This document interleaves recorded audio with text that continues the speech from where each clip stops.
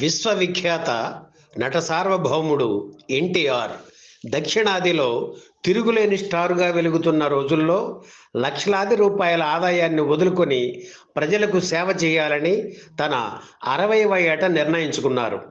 1982 మార్చి 29న Telugu Desam party నెలకొల్పారు.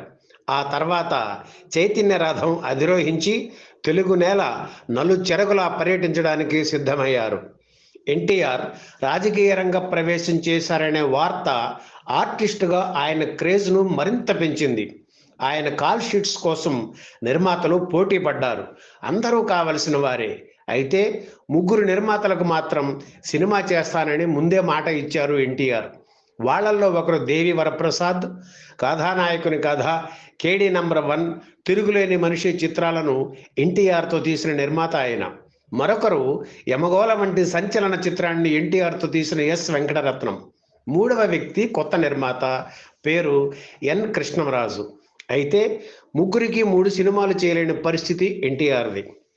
అందుకే ఒక ఉపాయం ఆలోచించి ఒకరోజు తనకి సన్నిహితుడైన దేవి వరప్రసాద్ను పిలిపించారు ఎన్టీఆర్. ఆయన వెళ్ళేసరికి అక్కడ ఎస్ వెంకటరత్నం, ఎన్ కృష్ణరాజు కూడా ఉన్నారు.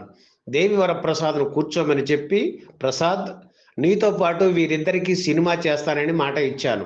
కానీ విడివిడిగా కాల్ షీట్లు ఇవ్వడం ప్రస్తుత పరిస్థితుల్లో కష్టం. అందుకే మీరు ముగ్గురు కలిసి సినిమా చేసుకోండి అని చెప్పగానే ముగ్గురు సరేనన్నారు. మరో మాట కూడా వారితో చెప్పారు ఎన్టీఆర్. ఈవేళ 1వ తారీఖు, 10వ తారీఖు కల్లా కథ రెడీ కావాలి. 18 రోజుల్లో నా వర్క్ పూర్తి కావాలి. అలా కాకపోతే నేను మీకు మళ్ళీ ఎప్పుడు దొరుకుతానో చెప్పలేను అన్నారు ఎన్టీఆర్. దాంతో ఆ ముగ్గురు నిర్మాతల్లో టెన్షన్ మొదలైంది. ఇంత టెన్షన్లో నేను సినిమా తీయలేనని కృష్ణరాజు తన వాటాను మిగిలిన ఇద్దరికి అమ్మేసి సినిమా ప్రారంభానికి ముందే లాభం పొందారు. ఇక అప్పుడు దేవి వరప్రసాద్, వెంకటరత్న నిర్మాతలుగా పల్లవి దేవి ప్రొడక్షన్స్ పతాకంపై చిత్ర నిర్మాణానికి శ్రీకారం చుట్టారు. 10 రోజుల్లో కథ తయారు కావడం కష్టం కనుక ఏదన్నా రీమేక్ దొరుకుతుందేమోనని ప్రయత్నాలు ప్రారంభించారు. ఆ సమయంలోనే అమితాబ్ నటించిన లావారిస్ చిత్రం విడుదలయ్యింది. ఎన్టీఆర్కు ఆ సినిమా చూపించి ఆయన ఓకే అన్న తరువాత రీమేక్ రైట్స్ కొన్నారు ఈ నిర్మాతలిద్దరు. ఎన్టీఆర్ కెరీర్ మన దేశం చిత్రంతో మొదలైంది కనుక అందుకు తగ్గట్టుగా ఆయన చివరి చిత్రం నా దేశం అనే టైటిల్ నిర్ణయించారు. ఎన్టీఆర్ నటించే చివరి చిత్రం ఇదేనని, ఇకపై ఆయన నటించరని మొదలైన ప్రచారం నా దేశం సినిమా మీద మరింత క్రేజ్ను పెంచింది. కె బాపయ్యను దర్శకుడిగా ఎన్నుకొని 1982 జూలై 22న హైదరాబాద్లోని రామకృష్ణ స్టూడియోలో నా దేశం చిత్రం షూటింగ్ ప్రారంభించారు. అంతే. అయితే షూటింగ్ ప్రారంభించిన రోజున అనుకోని అవాంతరం ఎదురైంది. ఆ రోజు ఎన్టీఆర్ మేకప్ వేసుకోవడానికి సిద్ధమవుతున్న తరుణంలో ఆయన పెద్ద కుమారుడు జయకృష్ణ వచ్చి, మీరు ఈ సినిమా చేయడం ఏమిటి? Lawaris flop cinema. ఈ సమయంలో మీరు ఈ సినిమా చేయడం మాకు ఇష్టం లేదు అనే అభ్యంతరం చెప్పారు. దాంతో ఎన్టీఆర్ మేకప్ వేసుకోవడం ఆపేసి ఆలోచనలో పడ్డారు.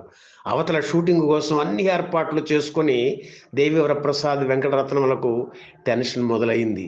మేకప్ రూమ్లో ఎన్టీఆర్, బయట నిర్మాతలు. నరాలు తెగేంత ఉత్కంఠ. ఏమవుతుందో నేను ఆందోళన. అలా అలా అలా ఓ గంట గడిచింది. ఎన్టీఆర్ ఏం ఆలోచించుకున్నారు ఏమో, మేకప్ అన్నారు. ఆయన నోటి నుంచి ప్యాకప్ అనే మాట వస్తుందేమోనని వణుకుతున్న నిర్మాతలు హాయిగా తేలికగా ఊపిరి పీల్చుకున్నారు. అలా అనుమానాల మధ్య మొదలైన నా దేశం చిత్రం షూటింగ్ ఆ తరువాత ఎటువంటి అవాంతరాలు లేకుండా చకచకా సాగిపోయింది. మొత్తం 17 రోజుల్లో షూటింగ్ పూర్తయింది. ఎన్టీఆర్ 16 రోజులు పనిచేశారు. రోజుకి 1,50,000 చొప్పున 24 లక్షల రూపాయలు పారితోషికంగా తీసుకొని రికార్డు సృష్టించారు ఎన్టీఆర్ ఆ రోజుల్లోనే. మరో విషయం ఏమిటంటే, ఇచ్చిన మాట నిలబెట్టుకోవడం కోసం ఎన్టీఆర్ రాత్రింబవళ్లు శ్రమించి చిత్రాన్ని పూర్తి చేశారు. ఉదయం 4 నుంచి 9 గంటల వరకు పార్టీ పనులు, 9 గంటల నుంచి సాయంత్రం 6 గంటలకు షూటింగు, అక్కడి నుంచి రాత్రి 11 గంటల వరకు మళ్ళీ పార్టీ పనులు. ఇలా తక్కువ విశ్రాంతి తీసుకొని రికార్డు స్థాయిలో చిత్రాన్ని పూర్తి చేశారు. That is NTR. ఎన్టీఆర్ వంటి అగ్ర కథానాయకుడు నటించే చిత్రం కేవలం 17 రోజుల్లో పూర్తి కావడం నిజంగా రికార్డే. అలాగని క్వాలిటీ విషయంలో నిర్మాతలు అస్సలు రాజీ పడలేదు. ఫిలిం చుట్టేయలేదు. టాకీ పార్ట్ హైదరాబాద్లో, పాటలని ఊటీలో తీశారు. కేవలం 5 రోజుల్లో 3 పాటలు పూర్తి చేయడం ఎన్టీఆర్కు మాత్రమే సాధ్యమైంది. సినిమాలోని 6 పాటలను వేటూరి 2 రోజుల్లో రాస్తే వాటిని 5 రోజుల్లో రికార్డు చేసి సంచలనం సృష్టించారు సంగీత దర్శకుడు చక్రవర్తి. జయసుధ కథానాయికగా నటించిన నా దేశం సినిమాలో జగ్గయ్య, సత్యనారాయణ, ప్రభాకర రెడ్డి, జమున, అల్లు రామలింగయ్య, గిరిబాబు, శివకృష్ణ, రాజ్యలక్ష్మి, పిఎల్ నారాయణ, సిల్క్ స్మిత వంటి తదితరులు నటించారు. 1982 అక్టోబర్ 27న నా దేశం సినిమా విడుదలయ్యింది. అప్పట్లోనే ఈ సినిమా 70 లక్షల రూపాయల బిజినెస్ చేయడం మరో రికార్డు. అదే ఏడాది విడుదలైన ఎన్టీఆర్ బొబ్బులిపులి చిత్రం తరువాత 100 థియేటర్లలో విడుదలైన చిత్రంగా నా దేశం మరో రికార్డు సృష్టించింది. ₹1 కోటి వసూలు చేసిన ఎన్టీఆర్ చిత్రాల్లో నా దేశంది 13వ స్థానం కావడం గమనార్హం. తెలుగు సినిమా చరిత్రలో అప్పటికి మొత్తం 15 చిత్రాలు ఇలా ₹1 కోటి వసూలు చేయగా వాటిల్లో 13 చిత్రాలు ఎన్టీఆర్వే కావడం అసలైన విశేషం. మిగిలిన 2 చిత్రాలు శంకరాభరణం, ప్రేమాభిషేకం. నా దేశం చిత్రం మొదటి వారం 60 లక్షలు వసూలు చేసింది. ఈ సినిమా విడుదలైన 70 రోజులకే ఎన్టీఆర్ ఆంధ్రప్రదేశ్ ముఖ్యమంత్రిగా పదవీ బాధ్యతలు స్వీకరించారు. ఆయన సీఎం అయిన నెల రోజులకు నా దేశం సినిమా 10 కేంద్రాల్లో 100 రోజులు పూర్తి చేసుకోవడం మరో విశేషం. ఎన్టీఆర్ ముఖ్యమంత్రిగా ఉన్న సమయంలో నటించిన చిత్రం బ్రహ్మర్షి విశ్వామిత్ర. ఆయన ప్రతిపక్ష నాయకుడిగా ఉన్న సమయంలో సామ్రాట్ అశోక, శ్రీనాథ కవి సార్వభౌముడు చిత్రాల్లో నటించారు.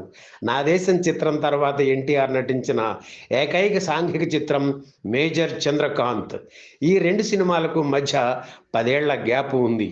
ముఖ్యమంత్రి కాకముందు ఎన్టీఆర్ నటించిన చివరి చిత్రం నా దేశంలో హీరోయిన్గా నటించిన జయసుధ, ఆయన చివరి చిత్రంగా విడుదలైన శ్రీనాథ కవి సార్వభౌముడు చిత్రంలోనూ కథానాయకుగా జయసుధే నటించడం విశేషంగా పేర్కొనాలి.